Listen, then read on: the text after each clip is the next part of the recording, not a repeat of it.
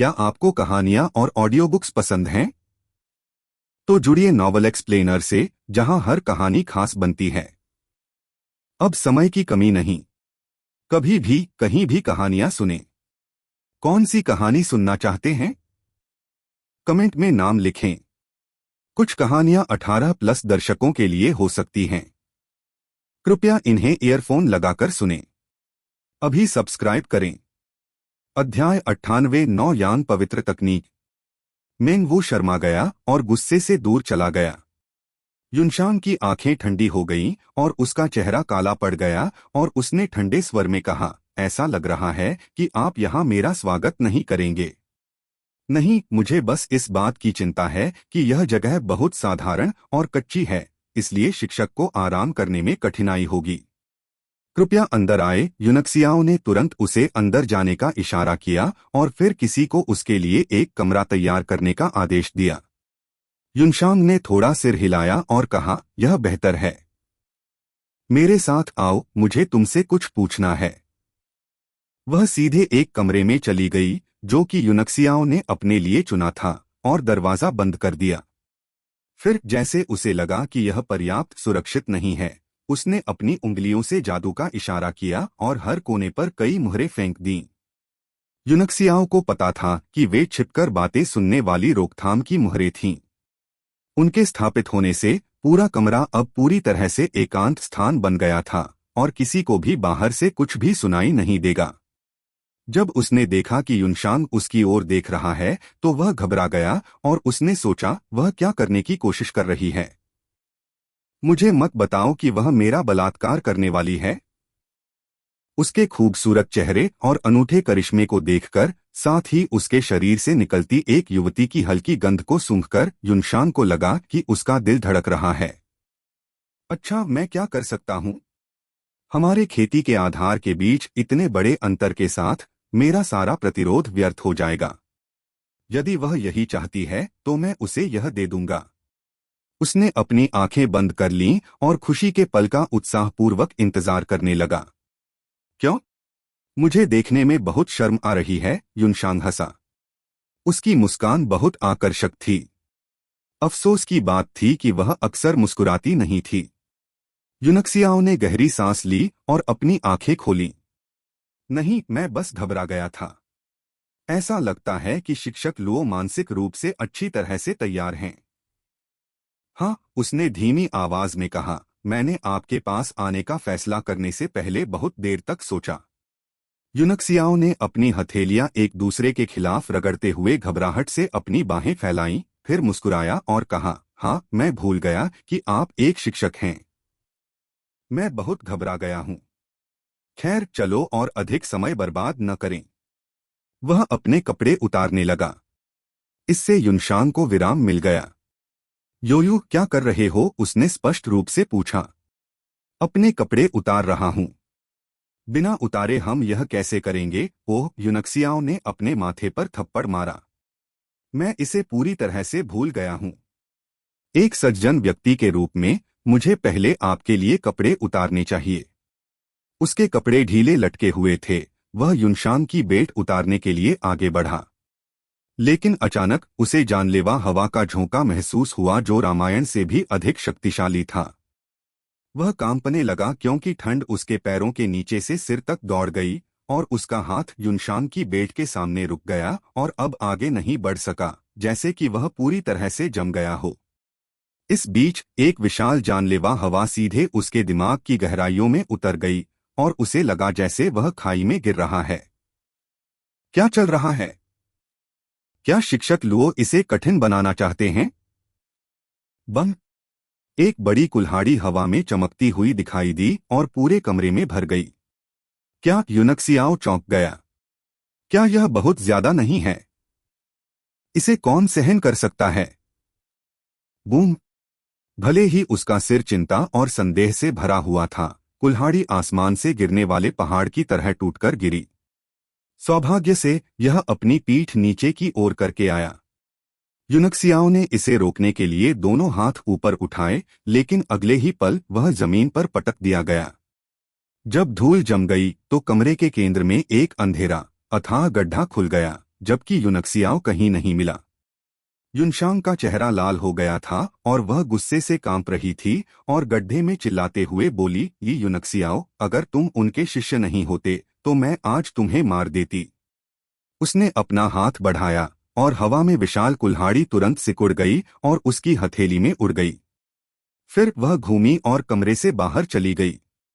खून से लथपथ युनक्सियाओ गहरे गड्ढे के नीचे लेटा हुआ था और कड़वी मुस्कान के साथ खुद से बड़बड़ा रहा था, मुझे लगा कि वह इसके साथ खिलवाड़ करना चाहती है। वह वास्तव में क्या चाहती है? वह मुझे क्यों नहीं बता सकती? तभी उसे अचानक यह ख्याल आया, उसका शिष्य, उसका शिष्य। ओह, मैं समझ गया।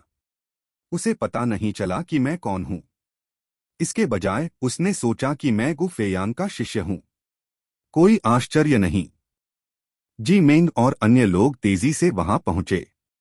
जब उन्होंने युनशान को देखा, जिसका चेहरा बहुत काला था और ऐसा लग रहा था कि वह बर्फ की परत से ढका हुआ था, कमरे से बाहर निकलते हुए वे कांप गए और उनकी पीठ पर ठंडक महसूस हुई। फिर वे युनक्सियाओ को बाहर लाने के लिए एक एक करके गड्ढे में कूद पड़े। हैरान भाव के साथ मेंगबाई ने पूछा, शिक्षक लुओ इतने गुस्से में क्यों हैं, मास्टर? चेन जेन की आंखें चमक उठीं और उन्होंने सदमे में कहा, यंग मास्टर युन, आपके कपड़े खुले क्यों हैं? ओह, आप इसके बारे में सोच भी नहीं सकते। उसने अपना मुंह एक हाथ से ढक लिया, उसकी आंखें चौड़ी हो गईं और उसने अविश्वास से युनक्सियाओ को देखा। फिर उन्होंने अपना अंगूठा निकाला और प्रशंसा करते हुए कहा, अद्भुत, आप वास्तव में अद्भुत हैं। हालांकि आपका हालिया प्रदर्शन असाधारण और चौंकाने वाला था, लेकिन मैंने कभी भी आपकी इतनी प्रशंसा नहीं की जितनी आज की है। हान बाई का माथा ठंडे पसीने की बूंदों से ढका हुआ था। युवा मास्टर युन, मुझे पता है कि युद्ध में सेना का नेतृत्व करना एक कठिन और उबाऊ काम है, लेकिन आपके पास अभी भी मेंगवू है। आपको इतनी दूर जाने की जरूरत नहीं है। वह अचानक कांप गया, मानो लो युनशान उसे पीछे से घूर रहा हो और वह जो कहना चाहता था उसे पूरा करने की उसकी हिम्मत नहीं हुई। युनक्सियाओ केवल कुटिलता से मुस्कुराया। तुम किस बारे में बात कर रहे हो? मेंगबाई ने पलकें झपकाईं और मासूम चेहरे से पूछा।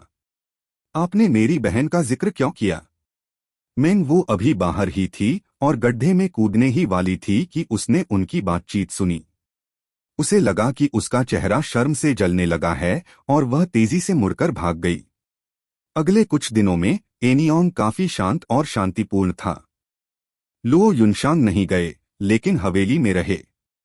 उसे दोबारा देखने में बहुत शर्मिंदा होने के कारण युनक्सियाओ ने एक बेतरतीब बहाना बनाया और गड्ढे से बाहर निकाले जाने के बाद खुद को अपने कमरे में बंद कर लिया। यांगपू के बाहर सुइयों से अपनी क्षमता को उत्तेजित करने के बाद उनका शरीर जर्जर स्थिति में था और वह अपनी स्थिति को स्थिर करने के लिए सभी प्रकार की औषधीय गोलियों का उपयोग कर रहे थे। यदि ऐसा नहीं होता क्योंकि उसने तानाशाह बॉडी टैंपरिंग तकनीक अपनाई थी, तो वह मर गया होता और उसके शरीर को टुकड़े टुकड़े कर दिया गया होता। अब हालांकि वह युनशांग द्वारा फिर से गंभीर रूप से घायल हो गया था, उसके चमकदार शरीर ने हमले के साथ आई सभी शुद्ध यांग ऊर्जा को अवशोषित कर लिया था। ऊर्जा को धीरे धीरे पचाने के बाद वास्तव में इससे उनकी पिछली चोट को ठीक करने में बहुत मदद मिली। नाइन यांग पवित्र तकनीक वास्तव में जादुई है और वास्तव में शेनक्सियाओ मंदिर का खजाना है।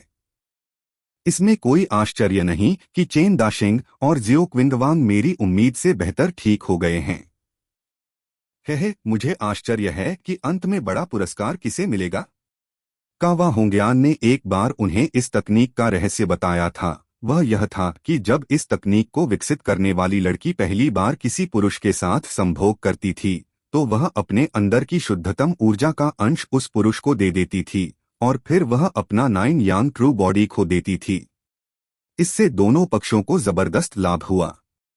शुद्धतम ऊर्जा का अंश प्राप्त करने के बाद आदमी का साधना आधार काफी बढ़ जाएगा और लड़की के नाइन यांग ट्रू बॉडी को खोने के बाद शुद्ध यिन ऊर्जा का अंश उसमें पैदा होगा, जो उसके शुद्ध यांग शरीर को नरम कर देगा। यिन और यांग के संतुलित स्थिति में पहुंचने के साथ उसके खेती के आधार में भी कई गुना सुधार होगा। यही कारण है कि तकनीक एक दुर्लभ खजाना थी। दुर्भाग्य से शुद्ध यांग शरीर वाली लड़कियां बहुत दुर्लभ थीं और परिणामस्वरूप पिछले हजारों वर्षों में केवल कुछ ने ही इस तकनीक का विकास किया था। हालांकि जिन्होंने ऐसा किया वे सभी अद्वितीय विशेषज्ञ बन गए और दुनिया भर में अपना दबदबा बना लिया। मुझे उम्मीद नहीं थी कि यह ग्लेजर बॉडी इतनी मजबूत होगी। इसने हजारों पक्षियों की गोलियों के खिलाफ प्रतिरोध विकसित किया है, जिसे सहन करना एक मार्शल किंग के लिए भी मुश्किल है।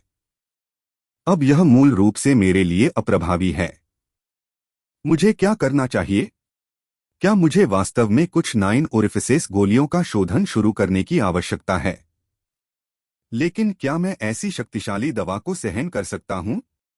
इसके अलावा मुझे इसे परिष्कृत करने के लिए तीसरी श्रेणी का कीमियागर बनना होगा, हालांकि यह अभी भी बहुत मुश्किल है। वैसे भी मुझे लगता है कि बेहतर होगा कि मैं सामग्रियां इकट्ठा करना शुरू कर दूं। 5 मुख्य सामग्रियां हैं: scaled stick, sky wolf rock orchid, pure sacred crystal, dark thunder blood और फैंटम जेड फ्रूट। मेरे पास अब केवल स्केल्ड स्टिक है और मुझे अन्य 4 ढूंढने की जरूरत है, जो सभी बहुत महंगे हैं। हालांकि मैंने बहुत सारे सिटी लॉर्ड मेंशन लूटे हैं, लेकिन मैंने एक भी नहीं देखा। संभवतः मैं पूरे तियानशुई में उनमें से कोई भी नहीं ढूंढ सका। उन्होंने एक पल के लिए विचार किया, फिर निर्णायक रूप से कहा, जब मैं यहाँ काम पूरा कर लूंगा और किन यू को सिंहासन पर चढ़ने में मदद करूंगा, तो मैं आत्मा निर्माण के सागर में जाऊंगा। भले ही मैं अपनी पहचान प्रकट न करूं, लेकिन मुझे जितनी जल्दी हो सके वहां अपनी खेती के आधार में सुधार करने में सक्षम होना चाहिए। मन बनाने के बाद उन्होंने ध्यान करना शुरू कर दिया। युनशांग की शुद्ध यांग ऊर्जा को उसके शरीर द्वारा अवशोषित करने के बाद उसकी चोट धीरे धीरे ठीक होने लगी थी। जैसे ही उन्होंने ध्यान की अवस्था में प्रवेश किया, उनका शरीर धीरे धीरे पारदर्शी हो गया, जिससे उनका चमकदार शरीर प्रकट हो गया। दिव्य क्षेत्र टैबलेट में उनका आत्मारूप लगातार उनकी आत्मा की शक्ति को संयमित कर रहा था, जबकि उनका सच्चा आत्म बार बार अपने डेंटियन और मेरिडियन को संयमित करने के लिए कमरे में प्राकृतिक प्राइमर्डियल क्यूई को अवशोषित कर रहा था। चूंकि वह एक ही समय में अपने शरीर, क्यूई और आत्मा का विकास कर रहा था, यूनक्सियाओ को अगले स्तर तक पहुंचने के लिए आवश्यक ऊर्जा की मात्रा बहुत अधिक थी। वह ऊर्जा जो अन्य योद्धाओं को कुछ सितारों से आगे बढ़ने की अनुमति दे सकती थी, वह उसे एक सितारे से आगे बढ़ाने के लिए भी पर्याप्त नहीं थी। लेकिन इसने उन्हें समान स्तर के योद्धाओं के बीच लगभग अजेय भी बना दिया। अचानक गोली में उनके आत्मारूप को चिंता और बेचैनी की लहर महसूस हुई, जिसने उन्हें अपने ध्यान से जगा दिया। ऐसी अनुभूति उसे पहले कभी नहीं हुई थी। अचानक उसने सदमे में अपना सिर पीछे फेंक दिया और आकाश की ओर देखा। महान विस्तार दिव्य तकनीक के सुनहरे पाठ जो आकाश में छा गए थे, एक पल में गायब हो गए। आकाश बादल रहित, चमकीला और साफ था। अचानक दिव्य क्षेत्र टैबलेट के दक्षिणी भाग में लौका एक स्तंभ आकाश में उठ गया और बादलों की तरह जलने लगा। क्या चल रहा है? यह पहली बार था जब उसने दिव्य क्षेत्र टैबलेट में ऐसी अजीब घटना देखी। हालांकि उसकी कमजोर आत्मशक्ति ने उसे आगे की खोज करने से रोक दिया था, इसलिए वह केवल यह देख सकता था कि लौ एक सुनहरी फीनिक्स में परिवर्तित हो रही थी और धीरे धीरे लुप्त होने से पहले आकाश में सुंदर ढंग से नृत्य कर रही थी। एक सच्ची उत्साही अग्नि फीनिक्स। यूनक्सियाओ पूरी तरह से हैरान था। जैसे ही उसने लौ को धीरे धीरे गायब होते देखा, उसने गंभीर अभिव्यक्ति के साथ बड़बड़ाया, क्या इस दिव्य क्षेत्र टैबलेट में एक सच्चा स्पिरिटेड फायर फीनिक्स है? लेकिन यह कैसे संभव है? फीनिक्स स्वर्ग और पृथ्वी के बीच एक दिव्य प्राणी है और मैंने इसे अपने पिछले जीवन में भी कभी नहीं देखा था। चूंकि उसका ध्यान भटक गया था, वह अब शांत नहीं हो सका। उसने आंखें झपकाईं और कमरे में विचारों में खो गया। नहीं, वह फायर फीनिक्स का प्रेत होना चाहिए। किंवदंतियों में सभी सच्ची आत्माएं शून्य के माध्यम से यात्रा कर सकती हैं, तो यह एक रहस्यमय कलाकृति में कैसे फंस सकती है? लेकिन यह घटना अब क्यों सामने आई? उसने बहुत देर तक सोचा, लेकिन कोई निष्कर्ष नहीं निकला। अचानक उसने दरवाजे से जी मेंग की आवाज सुनी, young master you, commander in chief ने सभी जनरलों और सैन्य अधिकारियों को एक बार सिटी लॉर्ड मेंशन में एक बैठक में भाग लेने का आदेश दिया है। यूनक्सियाओ ने आह भरी। समझ गया। जैसे ही वह खड़ा हुआ, उसने सारे प्रश्न एक तरफ रख दिए और सिटी लॉर्ड मिशन की ओर चला गया। अध्याय 99 अजीब घटना। सिटी लॉर्ड मिशन में माहौल कुछ गमगीन था और अंदर हर कोई उदास और चुप था। यूनक्सियाओ थोड़ा देर से आया, इसलिए उसने भौहें चढ़ाकर पूछा, क्या हुआ? चेन दाशेंग ने उस पर नजर डाली और भारी आवाज में कहा, हमने स्काउट्स के 5 बैच भेजे हैं, लेकिन वे सभी चुपचाप गायब हो गए। कुल 1500 लोगों में से प्रत्येक के पास एक बादलभेदी तीर था, जिसे वे किसी भी खतरे में आने पर छोड़ सकते थे, और अंतिम 2 बैच लगभग एक ही समय में निकले थे। लेकिन वे सभी चले गए हैं। यूनक्सियाओ हैरान था। क्या आपका मतलब यह है कि स्काउट्स का हर बैच एक पल में मार दिया गया था, इसलिए वे बादलभेदी तीर नहीं छोड़ सके?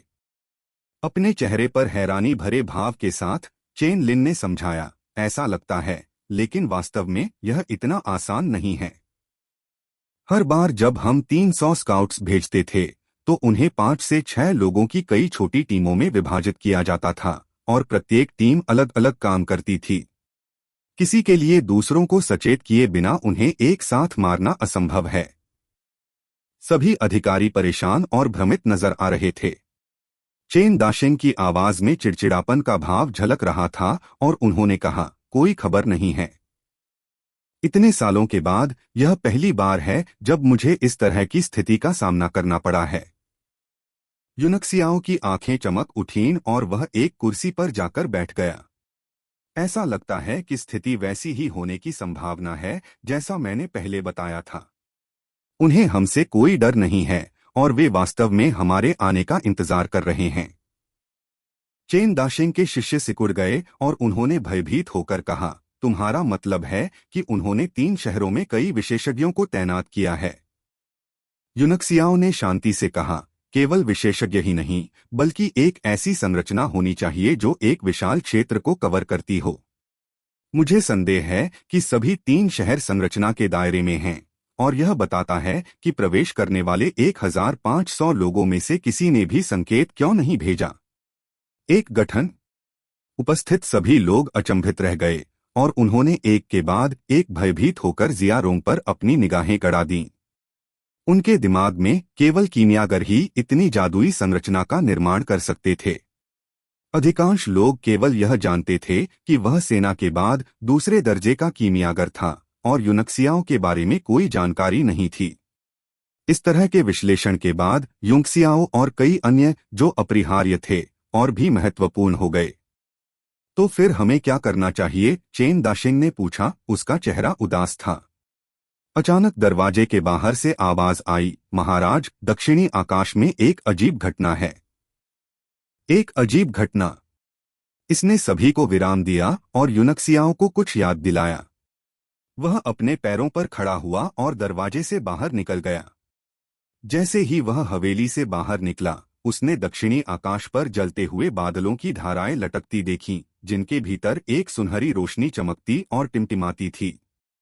बादलों से नीचे गिरने और आकाश से गायब होने से पहले अचानक वे अग्नि फीनिक्स में बदल गए और आकाश में सुंदर ढंग से नृत्य करने लगे। Please subscribe the novel explainer channel. यह बिल्कुल वैसी ही घटना थी जैसा उसने दिव्य क्षेत्र टैबलेट में देखा था। चकित होकर यूनक्सियाओ ने जोर से पूछा, भगवान जिजिन, वह कौन सी जगह है जहां अभी फायर फीनिक्स गिरा था? युआन जिजिन भी इस घटना से स्तब्ध रह गया। जब उसने किसी को अपना नाम चिल्लाते हुए सुना, तो उसने कुछ देर सोचा और फिर कहा, फेफेंग शहर। तीनों शहर माउंट फीनिक्स के नीचे स्थित हैं। किंवदंती है कि उस पर्वत पर फीनिक्स हैं, लेकिन मुझे नहीं पता कि यह वास्तव में सच है या नहीं। Mount Phoenix. यूनक्सियाओ की पुतलियां सिकुड़ गईं और उसका चेहरा गंभीर हो गया। यह बताता है। यह क्या है यूनक्सियाओ? चेन दाशेंग ने पूछा। चलो अंदर बात करते हैं। यूनक्सियाओ ने हाथ हिलाया और सिटी लॉर्ड मिशन की ओर चला गया। जल्द ही हर कोई अपनी रैंक के अनुसार बैठ गया और फिर उसकी ओर नजरें गड़ा दीं। आखिरकार मुझे पता है कि क्या हो रहा है। अभी आसमान में जो अजीब घटना हुई है वह वास्तव में एक अनमोल खजाने के जन्म लेने का संकेत है, जो निश्चित रूप से फीनिक्स से संबंधित है। इस बार बैजान का ऑपरेशन तियानशुई पर आक्रमण करने के लिए आवश्यक नहीं है। मुझे लगता है कि उनका लक्ष्य यह खजाना होना चाहिए। ज्योक विंगवान की पुतलियां थोड़ी सिकुड़ गईं। एक खजाना जो एक अजीब घटना को ट्रिगर कर सकता है। मैंने केवल किंवदंतियों में ऐसी चीजों के बारे में सुना है, लेकिन मुझे नहीं लगता कि वे असली हैं। चूंकि यह तियानशुई में पैदा हुआ खजाना है, हम इसे कभी भी बैजान के हाथों में नहीं पड़ने दे सकते। हाँ, चेन दाशेंग सहमत हुए। तथ्य यह है कि उन्होंने छिपने के लिए 8 लाख सैनिकों की एक सेना भेजी थी, जो हमें बताती है कि खजाना असाधारण होना चाहिए। हम यहाँ बैठकर अब और इंतजार नहीं कर सकते। हमें शहरों पर हमला करने के लिए सेना भेजने की जरूरत है। मुझे विश्वास नहीं है कि एक संरचना 8 लाख सैनिकों की सेना को फंसा सकती है। यूनक्सियाओ ने अपनी राय व्यक्त नहीं की, लेकिन उसने मन ही मन सोचा, मैंने एक ऐसी संरचना भी देखी है जो 8 अरब लोगों को फंसा सकती है। एक का तो जिक्र ही नहीं जो 8 लाख लोगों को फंसा सकती है। और ये संरचनाएं तब तक उनके बीच आने वाले किसी भी व्यक्ति को तब तक मारती रहेंगी जब तक वे नष्ट नहीं हो जाती, लेकिन बैजान के पास इतनी शक्तिशाली संरचना बनाने की ताकत नहीं होगी। उन्होंने 1 मिनट सोचा और फिर कहा, मुझे लगता है कि हमें इस मामले को बहुत सावधानी से संभालने की जरूरत है। चूंकि वे इसे इतनी स्पष्टता से करने की हिम्मत करते हैं, इसलिए उनके पास कुछ ऐसा होना चाहिए जिस पर वे भरोसा कर सकें। मुझे लगता है कि बेहतर होगा कि हम पहले वहां की वास्तविक स्थिति की जांच करें। जांच करना। चेन दाशेंग की आंखें चौड़ी हो गईं और उन्होंने व्यंग्यपूर्ण मुस्कान के साथ कहा, जब हमारे सभी सर्वश्रेष्ठ स्काउट्स चले गए तो हम कैसे जांच करेंगे? यूनक्सियाओ मुस्कुराया। मैं कर देता हूं। आप। चेन दाशेंग चुप हो गए। अगर सच कहा जाए तो यूनक्सियाओ सर्वश्रेष्ठ उम्मीदवार थे, लेकिन चेन दाशेंग के दिमाग में उनकी सुरक्षा पूरी सेना से ज्यादा महत्वपूर्ण थी। नहीं, लो युनशान ने ठंडे स्वर में कहा। मैं सहमत नहीं हूं। इतने दिनों में पहली बार आखिरकार वह बोली। यूनक्सियाओ ने आश्चर्य से देखा, लेकिन जब उसकी आंखें ब्लेड जैसी नजर से मिली तो उसने तुरंत दूसरी ओर देखा। तब मैं यंग मास्टर युन के साथ जाऊंगा। हमें ठीक होना चाहिए, ज्योक विंगवान ने मुस्कुराते हुए कहा। मैं भी अपनी आंखों से उस खजाने को देखना चाहता हूं जो एक अजीब घटना को जन्म दे सकता है। लेकिन यूनक्सियाओ ने उसे अस्वीकार कर दिया। नहीं, आपको अपने अंदर के ठंडे जहर को दबाने के लिए शिक्षक लुओ की शुद्ध यांग ऊर्जा की आवश्यकता है। अगर हम बाहर होंगे तो जहर नियंत्रण खो देगा तो आप बोझ बन जाएंगे। जी मेंग मेरे साथ आ सकती है। लो युनशांग अचानक उठ खड़ा हुआ और चिल्लाया, ली यूनक्सियाओ, क्या तुम मेरी बात को अनसुना कर रहे हो? हम यहाँ युद्ध में हैं और यह तुम्हारे लिए नायक की भूमिका निभाने की जगह नहीं है।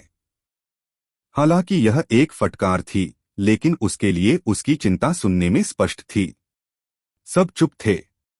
यूनक्सियाओ मुस्कुराया और अपने होठों को थोड़ा हिलाया, जिससे उसकी आवाज सीधे उसके कानों में चली गई। लो युनशान का गुस्सा तुरंत दूर हो गया, उसकी जगह अविश्वसनीय अभिव्यक्ति ने ले ली। वास्तव में उसने संदेह से पूछा। यूनक्सियाओ ने मुस्कुराते हुए सिर हिलाया। Please subscribe the novel explainer channel. तभी वह त्योरियां चढ़ाते हुए बैठ गई, लेकिन दूसरा शब्द नहीं बोली। भीड़ स्तब्ध रह गई और हर कोई एक दूसरे को देख रहा था, सोच रहा था कि दोनों ने गुप्त रूप से क्या कहा था और वे इतनी जल्दी कैसे सहमत हो गए। हालांकि चेन दाशेंग अभी भी चिंतित थे। तुमने सचमुच जाने का फैसला कर लिया है, Yunxiao? Please subscribe the novel explainer channel. बिल्कुल, यूनक्सियाओ हंसा। यह एक दुर्लभ अवसर है। मैं इसे कैसे चूक सकता हूं? Please subscribe the novel explainer channel. चूंकि आप जिद कर रहे हैं, मैं आपको नहीं रोकूंगा। लेकिन याद रखें, सुरक्षा पहले है। बस यही मेरी खुशखबरी का इंतजार करो। पलक झपकते ही वह और जी मेंग दोनों हॉल से गायब हो गए। लुओ युनशान की आंखों में गहरी चिंता थी जब उसने दरवाजे के बाहर आकृति को गायब होते देखा। वे पूरी गति से दौड़े, जो सबसे तेज घोड़ों से कई गुना तेज थी। माउंट फीनिक्स और एनियोम के बीच की दूरी केवल 100 मील थी, इसलिए उन्होंने 1 घंटे के बाद ही फीफेंग का अस्पष्ट आकार देखा और गति धीमी कर दी। यूनक्सियाओ ने अपनी आंखें सिकोड़ लीं और दूर आकाश की ओर देखा। एक क्षण बाद दिव्य भावना की किरणें उसके शरीर से बाहर निकलीं, जो शहर की ओर जा रही थीं। उनकी दिव्य भावना उन दूसरे दर्जे के कीमियागरों से कहीं अधिक प्रबल थी। जल्द ही वे शहर के ऊपर थे, लेकिन तुरंत ही एक अजीब ताकत ने उन्हें रोक दिया, जिसने उन्हें आगे जाने से रोक दिया। उसने एक ठंडी घूंट भरी। नेत्र तकनीक दानव चंद्रमा। उनकी पुतलियां 2 रक्तलाल अर्धचंद्रों में बदल गईं, और बहुत समय पहले शहर की स्थिति उनमें उभरने लगी। वहां घरों की कतारें थीं, लेकिन वे सभी शांत और बेजान थे। सड़कों पर लाशें बिखरी हुई थीं, कुछ सैनिकों की थीं और कुछ आम लोगों की थीं। निश्चित रूप से शहर में सभी स्काउट्स मर गए थे और स्थानीय लोग भी पूरी तरह से मारे गए थे। यह शहर किसी जीवित वस्तु के बिना खंडहर अवस्था में था। शहर के बाहर फीनिक्स पर्वत से एक अजीब शक्ति निकल रही थी और फैल रही थी।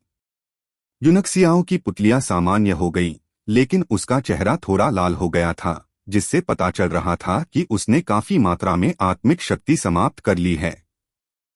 यह कैसा है? यंग मास्टर युन जी मेंग ने पूछा। यूनक्सियाओं ने अपनी सांसें नियंत्रित करने में कुछ क्षण लगाए, फिर अपनी आंखें खोलीं और शांति से कहा, सभी मर चुके हैं। शहर में कोई भी जीवित नहीं है। जी मेंग की आंखों में रोष की झलक दिखाई दी और उन्होंने गंभीर आवाज में कहा, क्या ऐसा हो सकता है कि हर कोई माउंट फीनिक्स में प्रवेश कर गया हो? सामने के अजीब शहर को देखते हुए यूनक्सियाओं ने धीरे से कहा, जरूरी नहीं। यहाँ की स्थिति मेरी अपेक्षा से अधिक जटिल है। शहर के सभी लोग बहुत ही अजीब तरीके से मर गए। हमें अतिरिक्त सावधान रहने की जरूरत है। उन्होंने अपनी सतर्कता चरम सीमा तक बढ़ा दी और कदम दर कदम शहर की ओर चलना शुरू कर दिया। शीघ्र ही ऐसा प्रतीत हुआ कि वे लहरदार शक्ति की एक परत के माध्यम से चले गए हैं, और उन्हें ऐसा महसूस हुआ मानो कोई चीज उनके पार बह गई हो। वे जानते थे कि वे अब संरचना के अंदर हैं। उनके सामने का दृश्य बिल्कुल वैसा ही था जैसा यूनक्सियाओं ने नेत्र तकनीक से देखा था, केवल अधिक भयानक और चौंकाने वाला। इस बीच हवा में दुर्गंध भरी हुई थी। यदि यह उनके मजबूत खेती आधार के कारण नहीं होता, तो वे बहुत पहले ही उल्टी कर चुके होते। फिर भी उन्होंने जो देखा उससे अभी भी उनके चेहरों पर गहरी झुंझलाहट बनी हुई है। यह तो बस एक सामूहिक कब्र है, जी मेंग ने गहरे, क्रोधित स्वर में कहा। बैजान के लोग बहुत दुर्भावनापूर्ण हैं। वे उन सभी आम लोगों को कैसे मार सकते हैं जो रक्षाहीन हैं? जैसे जैसे वे सभी भयावह दृश्यों से गुजरे, यूनक्सियाओं का चेहरा भारी और गंभीर हो गया। खबरें लीक होने से रोकने के लिए उन्होंने आम लोगों को मार डाला। अब मुझे सबसे ज्यादा चिंता इस बात की है कि ये लोग कैसे मरे। उनके घावों को देखो, ये इंसानों के काम नहीं हैं। हैरान जी मेंग ने लाशों का अध्ययन किया। निश्चित रूप से सभी घाव गंदे थे, जैसे कि इन लोगों को किसी जंगली जानवर ने काट कर फाड़ दिया हो। क्या यह हो सकता है? यूनक्सियाओ अचानक रुक गया क्योंकि उसने महसूस किया कि हर जगह से कमजोर आभाएं उनकी दिशा में आ रही हैं। जैसे जैसे वे पास आ रही थीं, उनकी संख्या बढ़ती जा रही थी। उसका चेहरा काला पड़ गया और उसने उदासीनता से कहा, जैसा कि मुझे उम्मीद थी, राक्षस जानवर। जी मेंग ने भयभीत होकर इधर-उधर देखा। अचानक आसपास के घरों से गूंजने वाली आवाजें आने लगीं, जैसे कहीं से छोटे छोटे फीके प्रकाश बिंदु दिखाई देने लगे। पलक झपकते ही वे दोनों जुगनू जैसी दिखने वाली इन चीजों से पूरी तरह घिर गए। अध्याय 100 एविसी बीटल। वे प्रकाश बिंदु मधुमक्खियों की तरह भिनभिनाते रहते थे, लेकिन वे जुगनुओं की तरह दिखते थे, जिनकी पूंछों पर रोशनी चमक रही थी। उनमें से प्रत्येक मुट्ठी जितना बड़ा था और चेहरा घरेलू मक्खी जैसा बदसूरत था। जी मेंग के बाल उनके सिरों पर खड़े थे। यदि उसके सामने एक या दो ऐसी चीजें आ जाती तो वह इतना भयभीत नहीं होता, बल्कि वह बस उन्हें अपनी तलवार से मार सकता था। लेकिन पलक झपकते ही उनमें से हजारों पहले से ही थे, जिन्होंने आकाश को ढक लिया और पूरे शहर को पूरी तरह से घेर लिया।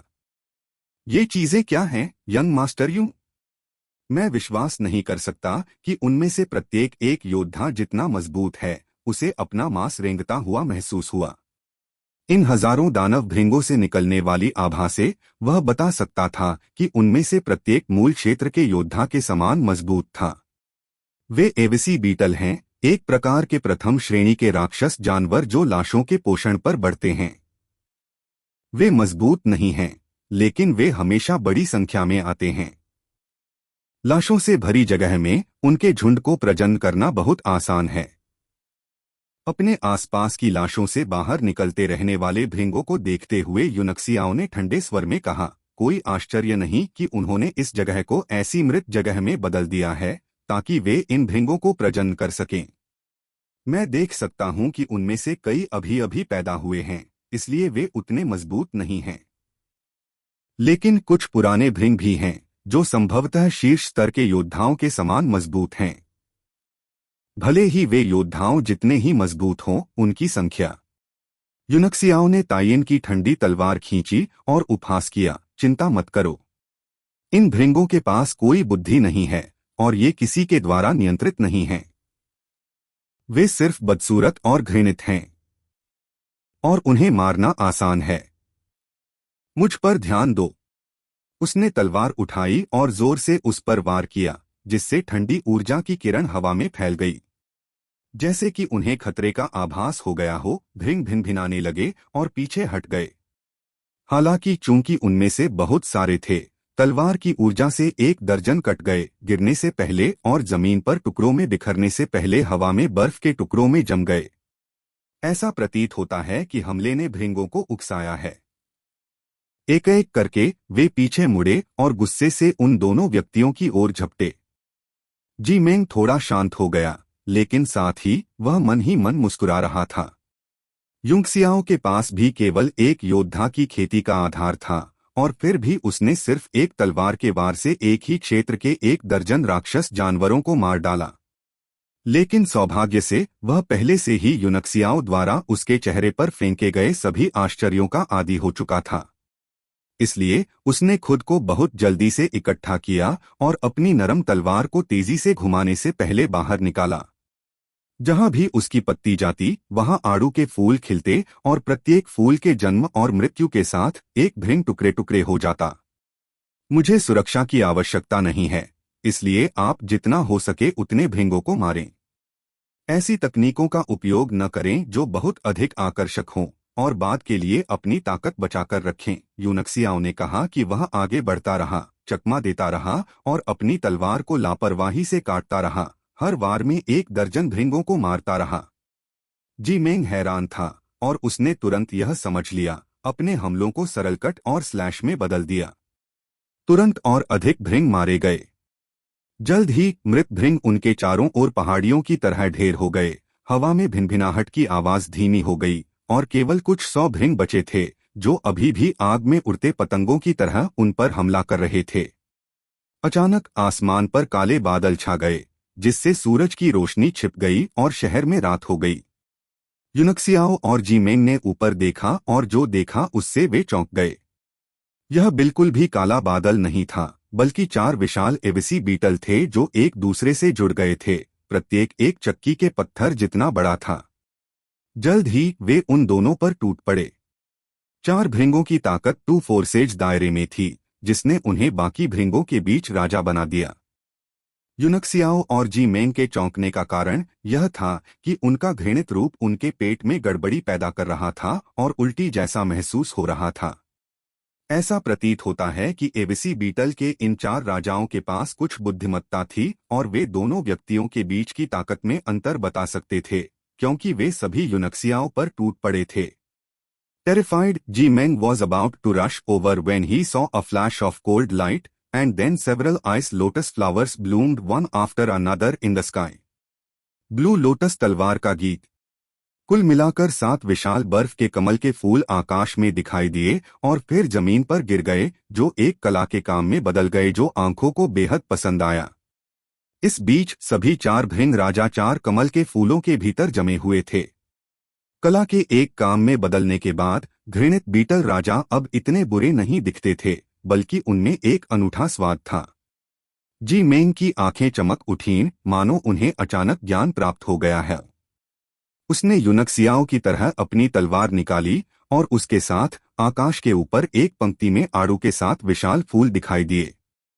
फिर हवा के झोंके के साथ पंखुड़ियां टुकड़ों में टूट गईं, बर्फ के टुकड़ों की तरह गिरीं और बचे हुए भृंगों की ओर बहने लगीं। गिरी हुई पंखुड़ियां हृदयहीन चीजें नहीं हैं। हालांकि वे कीचड़ में बदल गए, फिर भी वे अगले वसंत में फूल उगाएंगे।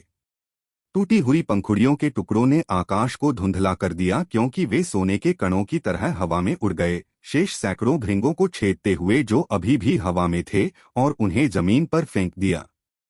यूनक्सियाओं ने मुस्कुराते हुए देखा और फिर उसने अनुमोदन करते हुए कहा, बुरा नहीं। आपकी तलवार का इरादा पहले से कहीं बेहतर है। मुझे यकीन है कि आप जल्द ही सफलता हासिल करेंगे। वास्तव में जी मेंग को ज्ञान प्राप्त हुआ था, लेकिन यह स्पष्ट था कि यह वह जगह नहीं थी जहां वह रुककर ध्यान कर सके, जिससे उसे आहें भरने लगीं। उनके चारों ओर सभी मृत भृंग और जमीन पर फैले हरे तरल पदार्थ ने उन्हें बीमार और बेचैन कर दिया था, इसलिए वे जल्दी से शहर छोड़कर माउंट फीनिक्स की ओर भाग गए। माउंट फीनिक्स में एक विशाल चट्टान की दीवार के सामने लोगों का एक समूह दीवार पर एक पैटर्न के बदलाव पर ध्यान केंद्रित कर रहा था। यह एक वृत्त में चमकता 6 नक्षत्र वाला तारा था, जिसमें से अज्ञात छोटे पात्रों की 8 सीधी रेखाएं रेंग रही थीं, और तारे के अंदर नाचती हुई अग्नि फीनिक्स का एक छोटा पैटर्न था। एक लाल बालों वाला अधेड़ उम्र का आदमी गंभीर अभिव्यक्ति के साथ पैटर्न में बदलाव को नियंत्रित कर रहा था। वह बहुत परेशान और भ्रमित लग रहा था और प्रत्येक मंत्रमुग्ध मुहर को बाहर फेंकने से पहले बहुत देर तक विचार करता था। पैटर्न पर अधिकांश अज्ञात पात्र पहले से ही चांदी की रोशनी से चमक रहे थे और केवल कुछ ही अभी भी गहरे भूरे रंग के थे। अचानक शेर पर सवार एक आदमी के हाव भाव बदल गए। उसने अपनी जेब से एक जेड पेंडेंट निकाला और उसे टुकड़ों में टूटा हुआ पाया। उसकी आंखें सिकुड़ गईं और उसने अपनी हथेली को मुट्ठी में भींच लिया और पेंडेंट को कुचलकर पाउडर बना दिया। क्या हुआ, पिंगहुंग? एक बूढ़े आदमी ने पूछा। उसकी आंखें टिमटिमा रही थीं। शेर पर सवार आदमी ने बेहोश होकर कहा, किसी ने मेरे द्वारा फेफेंग में रखे गए 4 एबीसी बीटल को मार डाला। क्या आखिरकार कोई अंदर घुस आया? बूढ़े ने ठंडे स्वर में कहा। हे वरिष्ठ भाईजू, आपके भृंग टू फोर्सेज क्षेत्र में बस कुछ बकवास हैं। मैंने सोचा कि किसी के लिए उन्हें मारना सामान्य बात है, एक आकर्षक महिला ने कहा, जिसका माथा एक सौम्य समझदार पत्नी की तरह एक आदमी के कंधे पर झुका हुआ था। बूढ़े ने गंभीर स्वर में कहा, हम लापरवाह नहीं हो सकते। आप में से कौन इसे हल करेगा? मोहक महिला ने सौम्य स्वर में कहा, यह सिर्फ कुछ छोटे चूहे हैं। मुझे वरिष्ठ भाई ली के साथ जाने दो। जू पिंगहोंग ने महिला और उसके बगल वाले पुरुष पर ठंडी नजर डाली। उन्होंने मेरे भृंगों को मार डाला, इसलिए मुझे जाने दो। मैं इसे अकेले ही कर सकता हूं। जैसे ही उसका काम पूरा हुआ, वह मुड़ा और शेर पर सवार होकर पहाड़ से नीचे चला गया। एक आदमी जिससे लगातार ठंडी हवा निकल रही थी, उसने कहा, मैंने सुना है कि ज़ियोक्विंगवांग भी यहाँ है। अगर वह शहर के लोगों में से एक है, तो मुझे डर है कि जूनियर ब्रदर जू उसका मुकाबला नहीं कर पाएगा। बूढ़े व्यक्ति ने भौहें सिकोड़ लीं और एक पल के लिए विचार किया, फिर कहा, ज़ियोक्विंगवांग 5 साल तक आपकी अत्यधिक ठंडी ऊर्जा से घायल हो गया था। भले ही वह ठीक हो गया हो, उसकी खेती का आधार बहुत कम हो जाएगा, इसलिए उसे डरने की जरूरत नहीं है। इसके अलावा पिंगहोंग के पास डार्क थंडर है, इसलिए अगर वह मार्शल किंग का सामना करता है तो भी वह हार नहीं पाएगा। आइए इंतजार करें और देखें। अगर जरूरत पड़ी तो मैं किसी को फिर से भेजूंगा। ठंडी हवा में छिपा हुआ आदमी कोई और नहीं बल्कि बैजान का मार्शल किंग यी जियाओशान था। उसने बूढ़े से आदरपूर्वक कहा, समझ गया अंकल मास्टर। बूढ़े व्यक्ति का नाम क्यूई झेंजी था और वह फायरक्रो साम्राज्य में सुप्रीम पैलेस का डिप्टी पैलेस मास्टर था। मोहक महिला का नाम सुन जिमेई था, जो एक साथी शिष्या थी और उसके बगल वाले व्यक्ति ली वेंशी की पत्नी भी थी। वह व्यक्ति जो संरचना को सुलझाने पर ध्यान केंद्रित कर रहा था, उसका नाम हुआन मिंग था, और एक अन्य व्यक्ति जो क्रॉसलेग करके बैठा था और आंखें बंद करके ध्यान कर रहा था, उसे सोंग चेंगटियन कहा जाता था। ये जियाओशान और जू पिंगहोंग के साथ उन्हें सुप्रीम सिक्स कहा जाता था। एक स्नेह भरी मुस्कान के साथ सन जिमे ने कहा, वरिष्ठ भाई, आप कई वर्षों से बैजान में हैं। जब हमारा काम पूरा हो जाए तो हमारे साथ सुप्रीम पैलेस वापस आए। मास्टर आपको बहुत याद कर रहे हैं। ये जियाओशान के चेहरे पर एक अकेलापन था और उसने आह भरते हुए कहा, बैजान के सम्राट ने उन वर्षों में मुझ पर बहुत दयालुता की थी और मुझे उसे चुकाने की जरूरत है। पिछले 10 वर्षों में मैं बैजान को एक उच्च श्रेणी के जागीरदार राज्य में बदलने के लिए बहुत मेहनत कर रहा हूं, लेकिन मेरा प्रयास बेकार रहा। क्वालिफाइंग मैच जो हर 5 साल में आयोजित किया जाता है, जल्द ही आ रहा है और यह सबसे बड़ा मौका है। मैच खत्म होने के बाद मुझे कोई पछतावा नहीं होगा और फिर मैं सुप्रीम पैलेस लौट जाऊंगा, सभी धर्मनिरपेक्ष मामलों से अपना नाता तोड़ लूंगा और केवल मार्शल आर्ट पर ध्यान केंद्रित करूंगा। सोंग चेंगटियन, जो ध्यान कर रहा था, ने अपनी आंखें खोलीं और कहा, वरिष्ठ भाई, आपके जाने के बाद मुझे कभी कोई ऐसा नहीं मिला जो मेरे बराबर हो सके। वापस आ जाओ, नहीं तो मैं बहुत अकेला हो जाऊंगा। जूनियर ब्रदर सोंग, आप पहले से ही 8 स्टार मार्शल किंग हैं और मैं अब आपके मुकाबले नहीं रह गया हूं। हालांकि उसने अलसाई आवाज में उत्तर दिया, लेकिन उसकी आंखों में हार स्वीकार करने का कोई संकेत नहीं था। इसके बजाय वे लड़ाई की भावना से जल रहे थे। यूनक्सियाओ और जी मेंग शहर के अंत तक आ गए और उनके आगे माउंट फीनिक्स था।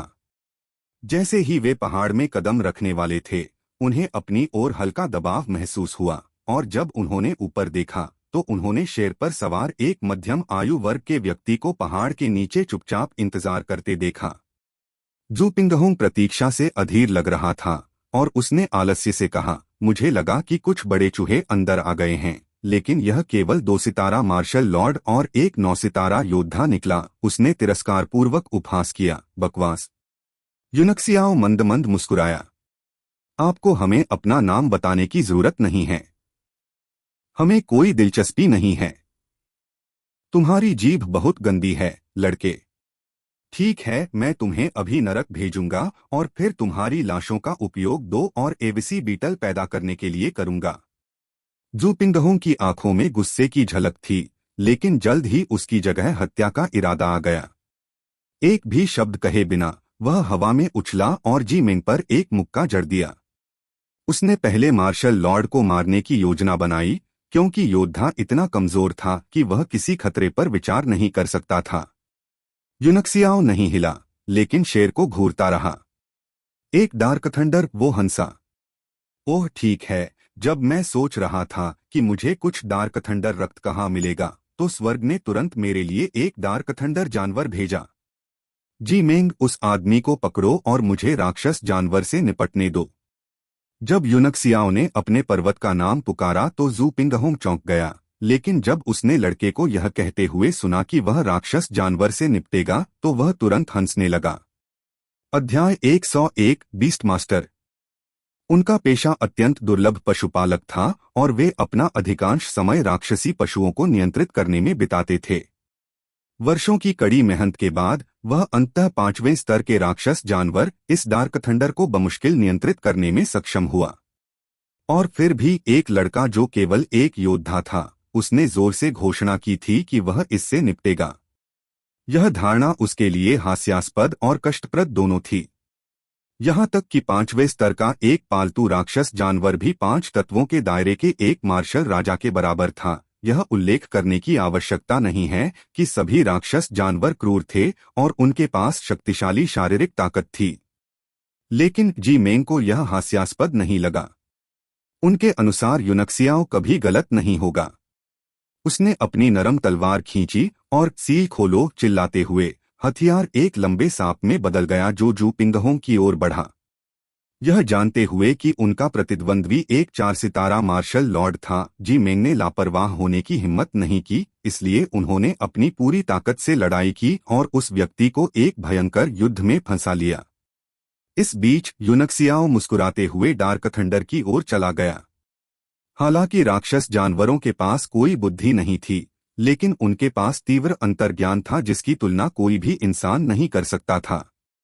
जानवर को तुरंत आभास हो गया कि यूनक्सियाओ बुरे इरादे से आ रहा है, तो वह खड़ा हो गया, उसे सावधानी से घूर रहा था और ऐसा लग रहा था मानो वह किसी भी समय उस पर झपट्टा मार देगा।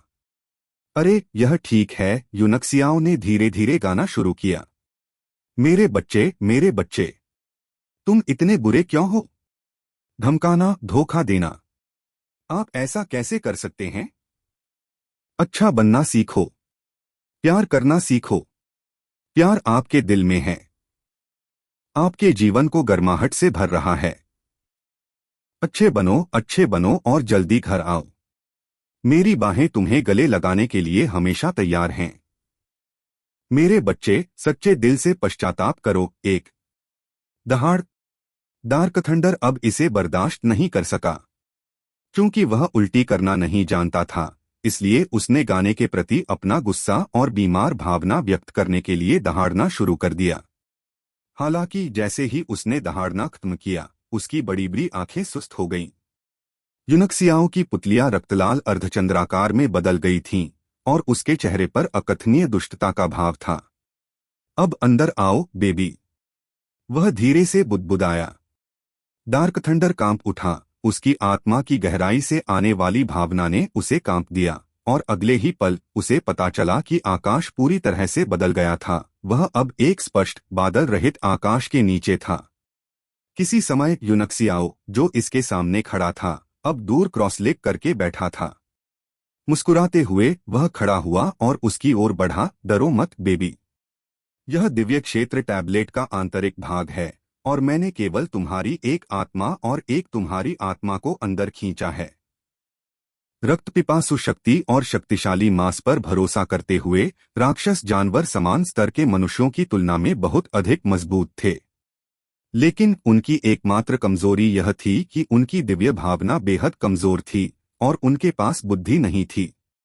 इसलिए एक बार जब वे यूनक्सियाओ जैसे विशेषज्ञों से मिले जो आत्मा पर हमला करने में अच्छे थे, तो वे हमेशा निष्क्रिय स्थिति में रहते थे। डार्क थंडर को यूनक्सियाओ की बातें समझ में नहीं आईं, लेकिन उसे सहज रूप से थोड़ा डर महसूस हुआ। इसके अलावा आकाश में लगातार चमकने वाले सुनहरे पाठों ने उसके दिल की गहराई से उठने वाली चिंता की लहर से उसे कांप दिया और उसे भय और बेचैनी से भर दिया। प्राचीन वंशावली से आने वाली रक्त पिपासु प्रवृत्ति शक्तिशाली दबाव से तुरंत उत्पन्न हो गई थी। जानवर की आंखें लाल हो गईं और वह दहाड़ते हुए यूनक्सियाओ पर झपटा। हमले को देखकर यूनक्सियाओ का आत्मारूप सुनहरी रोशनी की धाराओं में बदल गया और गायब हो गया। लेकिन अगले ही पल वह चेहरे पर उसी फीकी मुस्कान के साथ आसमान में प्रकट हो गया। वे दिव्य क्षेत्र टैबलेट में थे और महान विस्तार दिव्य तकनीक के पोषण के साथ यूनक्सियाओ की आत्मा बाहर रहने की तुलना में कई गुना अधिक मजबूत थी। यदि उनसे कुछ स्तर ऊंचा कोई कीमियागर भी आत्मरूप में यहाँ आए तो वह उनका मुकाबला नहीं कर सकेगा। वह बीस्ट मास्टर्स के बारे में जानता था। वे आमतौर पर कुछ सहायक रहस्यवादी उपकरणों और विभिन्न रहस्यवादी कलाओं के माध्यम से राक्षस जानवरों को नियंत्रित करते थे। डार्क थंडर के गले में लटकी घंटी ऐसा ही एक सहायक रहस्यवादी उपकरण था। यूनक्सियाओ ने इसे दिव्य दायरे टैबलेट में खींचने का कारण यह था कि वह इसे अपनी शक्तिशाली आत्मा शक्ति से अपने वश में करना चाहता था। बाहर जू पिंगहोंग चौंका हुआ था। उसने अपनी सवारी को दहाड़ते हुए देखा और फिर बिना हिलेडुले वहीं उसके पेट के बल लेट गया। इस बीच योद्धा बालक भी पालथी मार कर बैठ गया और उसकी आंखों में घूरने लगा, जो नीरस दृष्टि से भरी हुई थीं। डार्की, डार्की, जू पिंगहोंग ने जोर से पुकारा, लेकिन यह बेकार था। ऐसा लग रहा था कि जानवर उसकी आवाज सुनकर थोड़ा अचंभित हो गया था, लेकिन फिर वह तुरंत उसी नीरस और खाली नजर में वापस आ गया। तभी जू पिंगहोंग को घबराहट होने लगी, उसका दिल डर से भर गया। बीस्ट मास्टर की कला के मानक के अनुसार सभी प्रशिक्षण के बाद डार्क थंडर 80% उसके नियंत्रण में था। उसके लिए उसे धोखा देना लगभग असंभव था। हालांकि इसने उसे अनसुना कर दिया, भले ही उसने इसे रहस्यवादी कला के साथ कई बार बुलाया था। इससे वह तुरंत घबराहट और क्रोध से भर गया।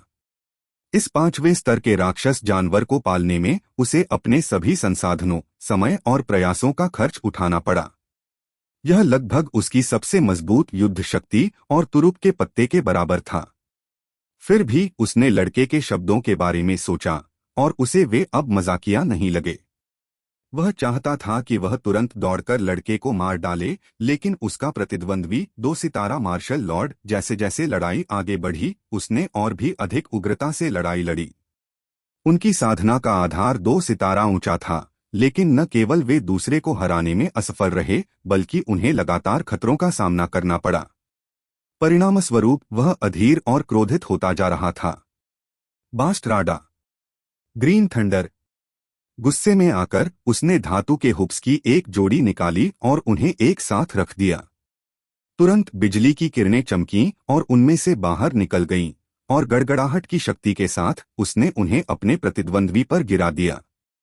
जी मेंग घबराई या घबराई हुई नहीं थी, उसका मन पानी की तरह शांत था।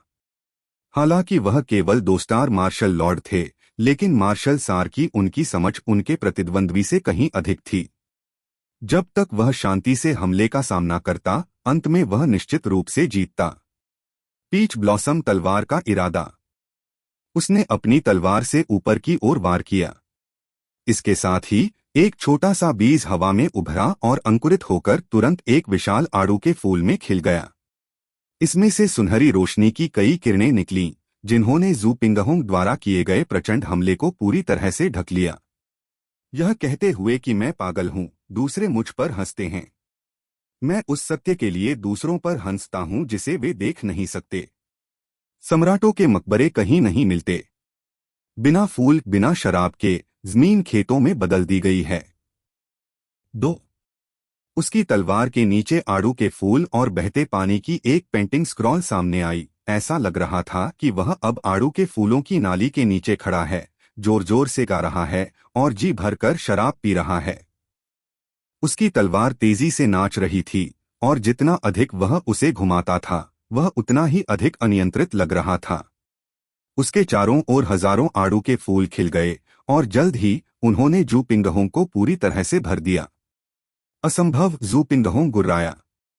बास्टराडा, तुम मुझे कैसे हरा सकते हो? लेकिन क्रूर वास्तविकता ने उसे तुरंत निराश कर दिया, और वह डार्क थंडर पर पागलों की तरह चिल्लाया, डार्की, डार्की, मेरी मदद करो। यह और भी बुरा था, क्योंकि जानवर इस बार थोड़ा भी नहीं हिला, जैसे कि उसने उसकी आवाज ही नहीं सुनी हो। जू पिंगहोंग का दिल डूब गया। फिर से लड़ने की हिम्मत न करते हुए उसने जल्दी से खुद को मुक्त कर लिया और भागने वाला था। मुझसे दूर भागने की कोशिश कर रहे हो? जैसे ही फेफेंग में तलवार के एक वार से 7 कमल के फूल बनाने वाले यूनक्सियाओं का दृश्य उसके सामने आया, तो जी मेंग ने व्यंग्य किया, और वह चिल्लाया, ब्लू लोटस तलवार का गीत। उसकी मुलायम तलवार हवा में उड़ गई। हालांकि आसमान में जो खिले थे, वे नीले कमल के फूल नहीं, बल्कि आड़ू के फूल थे। और फिर भी वे सभी ब्लू लोटस तलवार के गीत के तलवार के इरादे से रचे गए थे। 7 विशाल आड़ू के फूल एक बार फिर शून्य में उभर आए, और इस बार वे शहर की तुलना में कहीं अधिक चमकीले थे। जैसे ही फूल खिले और मुरझाए, हवा धीरे धीरे चली और हजारों गुलाबी पंखुड़ियां आसमान से गिर गईं। जू पिंगहोंग स्तब्ध रह गया, भयभीत होकर आकाश से पंखुड़ियां गिरते देख रहा था। वह इसे और सहन नहीं कर सका और अपनी पूरी ताकत से चिल्लाया, अंकल मास्टर, मेरी मदद करो। उसकी आवाज ने आकाश को हिला दिया और सीधे माउंट फीनिक्स में गूंज उठी। आह! लेकिन दुर्भाग्य से आड़ू के फूल पहले ही गिर चुके थे। हजारों आड़ू के फूलों के नीचे मरते समय जू पिंगहोंग ने एक दयनीय चीख निकाली। जी मेंग ने दूर से यूनक्सियाओं पर नजर डाली। उसने उसे परेशान करने की हिम्मत नहीं की, और इसके अलावा उसे अचानक अपने शरीर में बेचैनी की एक हल्की सी अनुभूति महसूस हुई, जिसने उसे अत्यधिक खुशी से भर दिया और उसे तुरंत ध्यान करने के लिए बैठने पर मजबूर कर दिया। यह टूटने का संकेत था। जैसे जैसे समय बीतता गया, उसके अंदर की प्राइमर्डियल क्यूई आखिरकार अड़चन से बाहर निकल गई। आखिरकार वह 3 सितारा मार्शल लॉर्ड था। उन्होंने अविश्वास के साथ अपने शरीर में प्राइमर्डियल क्यूई के प्रवाह को देखा, जबकि उत्तेजना की भावना ने उन्हें अभिभूत कर दिया। 1 महीने पहले वह केवल 7 सितारा महान मार्शल मास्टर था, और उसके जीवन का सबसे बड़ा सपना किसी दिन मार्शल लॉर्ड बनना था। उसे कम ही पता था कि यूनक्सियाओं के साथ केवल 1 महीने के बाद वह 6 सितारों को तोड़कर 3 सितारा मार्शल लॉर्ड बन गया था। उसने अपनी आंखें थोड़ी सी खोलीं और यह देखकर चौंक गया कि यूनक्सियाओं चुपचाप एक तरफ खड़ा था और मुस्कुराहट के साथ उसे देख रहा था। यंग मास्टर, यूं उन्होंने कुछ हद तक प्रभावित होते हुए कहा। इतना खराब भी नहीं, यूनक्सियाओं ने प्रशंसा की। तलवार के वार में अभी ब्लू लोटस तलवार के गीत का कुछ स्वाद था, लेकिन यह बहुत करीब नहीं है। फिर भी मार्शल आर्ट की आपकी वर्तमान समझ के साथ यह आपके लिए 3 सितारा मार्शल लॉर्ड बनने के लिए पर्याप्त से अधिक है। जी मेंग का हृदय कृतज्ञता से भर गया, लेकिन शब्द उसके गले में अटक गए। अचानक उसने डार्क थंडर को उनके पास खड़ा देखा, जिससे वह रुक गया। यंग मास्टर, यूं यह। मुस्कुराते हुए यूनक्सियाओं ने जानवर के सिर पर हाथ फेरा और कहा, डार्की अब हमारा दोस्त है। जैसे कि अपने शब्दों को साबित करने के लिए डार्क थंडर ने अपने शरीर को मोड़ दिया और अपना सिर यूनक्सियाओं की हथेली पर रगड़ दिया, जिससे वह एक पालतू जानवर की तरह दिखने लगा। ओह! जी मेंग का जबड़ा लगभग जमीन पर गिर गया, कुछ हद तक नुकसान में। वह जानवर से निकलने वाली आभा को स्पष्ट रूप से महसूस कर सकता था, और वह जानता था कि यह एक मार्शल राजा के समान शक्तिशाली था। और फिर भी यह अब बिल्ली के बच्चे की तरह व्यवहार कर रहा था। यूनक्सियाओं की दिव्य क्षमताओं से वह एक बार फिर निःशब्द हो गया। चलो चलें। अब डार्की की मदद से हमारे लिए पहाड़ पर चढ़ना आसान हो जाएगा। यूनक्सियाओं ने जानवर की पीठ थपथपाई। अचानक पहाड़ से एक भयंकर हमला हुआ, जिसने रास्ते के सभी पेड़ों और चट्टानों को कुचल दिया। चौंकाने वाली बात यह है कि प्रभाव के तहत एक वैक्यूम प्रेस बन गया था और हमला सीधे यूनक्सियाओ और जी मेंग की ओर इशारा कर रहा था। तलना! यूनक्सियाओ चिल्लाया। 2 आदमी और एक जानवर तुरंत हवा में उछल गए और फिर कहीं दूर गिर गए और पहाड़ में धीरे धीरे उभरने वाली आकृतियों को घूरने लगे। सन जिमेई अभी भी ली वेंशी के कंधे पर धीरे से झुकी हुई थी और वह यूनक्सियाओ और जी मेंग को प्यार से देख रही थी। जब उसने कहा, आपने वरिष्ठ भाई जू के छोटे शेर को कैसे वश में किया, उसकी आंखें आश्चर्य से चमक उठीं। यी वेंशी ने ठंडे चेहरे से दोनों व्यक्तियों की ओर देखा। मुझे लगा कि कुछ बड़े चूहे अंदर आ गए हैं। यह केवल 3 सितारा मार्शल लॉर्ड और 9 सितारा योद्धा निकला। बकवास! उसने तिरस्कारपूर्वक उपहास किया। चूंकि वरिष्ठ भाई जू इन स्तरों की चींटियों को संभाल नहीं सका, इसलिए वह मरने का हकदार था। यह एक नर्सरी कविता है जो film Journey to the West Conquering the Demons से ली गई है। आप गाना यहाँ सुन सकते हैं। https://www.youtube.com/wtub.com/v=n-mvnv87_ya 2 यह तांग बैहू 1470 से 1523 के song of the peach blossom cottage से लिया गया है, जिसका अनुवाद फ्रैंक सी यू ने किया है। अध्याय 102 योद्धा राजा। यूनक्सियाओ अचंभित रह गया। कुछ अवाक होकर उन्होंने कहा, आपको उस शेर वाले व्यक्ति का साथी शिष्य होना चाहिए। ठीक है, आपने भी यही बात कही थी। क्या आपका नाम भी बकवास है? और क्या आप बकवास संप्रदाय से हैं? खैर, मैंने इसके बारे में पहले कभी नहीं सुना है।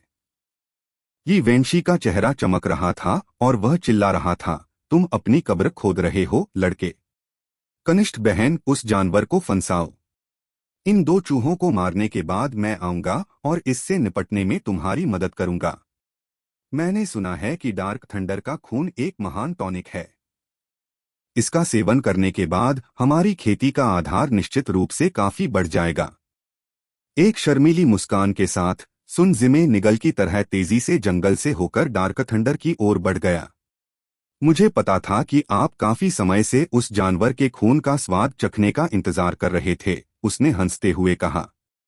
अब जबकि वरिष्ठ भाई जू की मृत्यु हो गई है, हम अंततः वह पा सकते हैं जो हम चाहते हैं।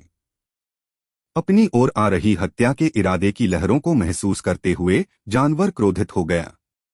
यूनक्सियाओं के आदेश की प्रतीक्षा किए बिना वह दहाड़ता हुआ सन जिमेई की ओर दौड़ा। उसका शरीर बिजली की तरह चमक रहा था। जी मेंग की आंखें चमक उठीं। बिजली बिल्कुल वैसी ही थी जैसी जू पिंगहोंग ने इस्तेमाल की थी। उसे इसे डार्क थंडर से लिया जाना चाहिए, लेकिन वह जानवर से बहुत कमजोर है। प्रत्येक कदम को एक अलग पेड़ की शाखा पर रखते हुए सुन जिमेई ने अपनी सतर्कता बढ़ा दी। डार्क थंडर की ताकत इतनी प्रबल थी कि उसने भी इसे कम आंकने की हिम्मत नहीं की। उसने दोनों बाहें अपने कंधों पर उठा लीं और उसमें से नीले जलवाष्प के छल्ले उठने लगे। फिर जोर से चिल्लाते हुए उसने अपने हाथ नीचे धकेल दिए। एकवा हुला हुप्स। हुप्स उसके शरीर से उड़ते रहे और हवा में बड़े होते गए और डार्क थंडर में फंस गए। सिकुड़ना। उसने हल्की सी चीख निकाली और उस पर विशाल हुला हुप्स सिकुड़ गए और जानवर के चारों ओर कसकर बंध गए। उसकी आंखों में खुशी की झलक थी और वह हंस पड़ी। एक राक्षस जानवर हमेशा एक राक्षस जानवर होता है। इसे पकड़ना बहुत आसान है। डार्क थंडर आश्वस्त नहीं लग रहा था। वह भयंकर गर्जना करने लगा और उसके शरीर के चारों ओर बिजली कड़कने और चमकने लगी। जल्द ही घेरा, जो पानी से बना था, उबलने लगा, जिससे जानवर को फंसाने में कठिनाई होने लगी। बेहतर होगा कि आप संघर्ष करना बंद कर दें, सुन जियामेई ने कहा जब उसने एक उंगली से हुप्स को अपनी ओर आकर्षित किया और उन्हें अपने सामने मंडराने को कहा। अचानक उसका एक हाथ पानी के रंग में बदल गया और उसने उसे हुप्स में डाल दिया। ऐसा लग रहा था जैसे उसका हाथ पूरी तरह से गायब हो गया हो। जानवर, जो आजाद होने ही वाला था, उसने अचानक अपनी आंखें चौड़ी की और गुर्राया। उसके चारों ओर के घेरे एक बार फिर से ठोस और मजबूत होने लगे और चाहे वह कितना भी संघर्ष करे, वे हिले नहीं। संघर्ष कर रहे जानवर को ठंडी नजर से देखते हुए सुन जिमेई ने आकर्षक ढंग से मुस्कुराते हुए कहा, ओह, फिर से मत हिलो, तुम छोटी चीज हो। वरिष्ठ भाई और लिल मेई बाद में आएंगे और तुम्हारा खून पिएंगे। यदि तुम बहुत अधिक संघर्ष करोगे तो तुम्हारा खून जहरीला हो जाएगा और कड़वा हो जाएगा, जिससे इसे पीना अच्छा नहीं लगेगा। उसका हानिरहित मोहक रूप डार्क थंडर की बर्बरता के बिल्कुल विपरीत था, जिसे एक सुंदरता और एक जानवर की तस्वीर में चित्रित किया जा सकता था। हालांकि यहाँ की सुंदरता एक बाधिन थी जबकि जानवर भेड़ थी। तुम कहाँ देख रहे हो, लड़के? जी मेंग को अचानक महसूस हुआ कि तेज हवा का झोंका उसके चेहरे पर आ रहा है। चौंककर उसने अपनी तलवार निकाली और सीधा वार किया। तभी उसे पता चला कि यह एक झूठा हमला था और ली वेंशी उसे मजाकिया भाव से देख रहा था। फिर भी उसने देखा कि उस आदमी का चेहरा बदसूरत होने लगा था। छोटे छोटे छाले इधर उधर उभर रहे थे, जैसे किसी ने उस पर उबलता पानी डाल दिया हो, जिससे उसकी त्वचा जल गई हो और वह एक राक्षस में बदल गया हो। आप मरने वाले हैं और फिर भी आप अपना ध्यान कहीं और लगाते हैं, ली वेंशी बुरी तरह हंसे। न केवल उसका चेहरा बदसूरत और भयानक हो गया था, बल्कि उसकी आवाज भी पूरी तरह से बदल गई थी। अच्छा नहीं, यूनक्सियाओं ने सोचा जब उसके शिष्य थोड़े सिकुड़ गए। वह जानता था कि यह राक्षस जानवरों की एक अंतर्निहित दिव्य क्षमता थी और कुछ ही मनुष्य इसे प्राप्त कर सकते थे। लेकिन जब कोई व्यक्ति इसे प्राप्त कर लेता है और खेती करना शुरू कर देता है, तो वह राक्षस जानवर के रूप में परिवर्तित होने में सक्षम हो जाता है। उसने तुरंत एक उन्नत मूल ब्लास्टिंग गोली निकाली और जी मेंग को दे दी। जी मेंग झिझके, लेकिन जब उन्हें लगा कि ली वेंशी की आभा एक मार्शल किंग के स्तर तक बढ़ गई है, तो उन्होंने अपने जबड़े भींच लिए और गोली निगल ली। वह एनहांस्ड ओरिजिन ब्लास्टिंग गोली के दुष्प्रभावों को जानता था। लड़ाई के बाद उसके पास आगे बढ़ने की ताकत नहीं रह जाएगी और उसे पीछे हटना होगा। इसके अलावा एक बार जब उसने लड़ने की ताकत खो दी तो यूनक्सियाओं के लिए एक बेहद खतरनाक स्थिति होगी। लेकिन उनके सामने आए संकट ने उन्हें आगे सोचने का समय ही नहीं दिया। सील खोलो। पीच ब्लॉसम तलवार का इरादा।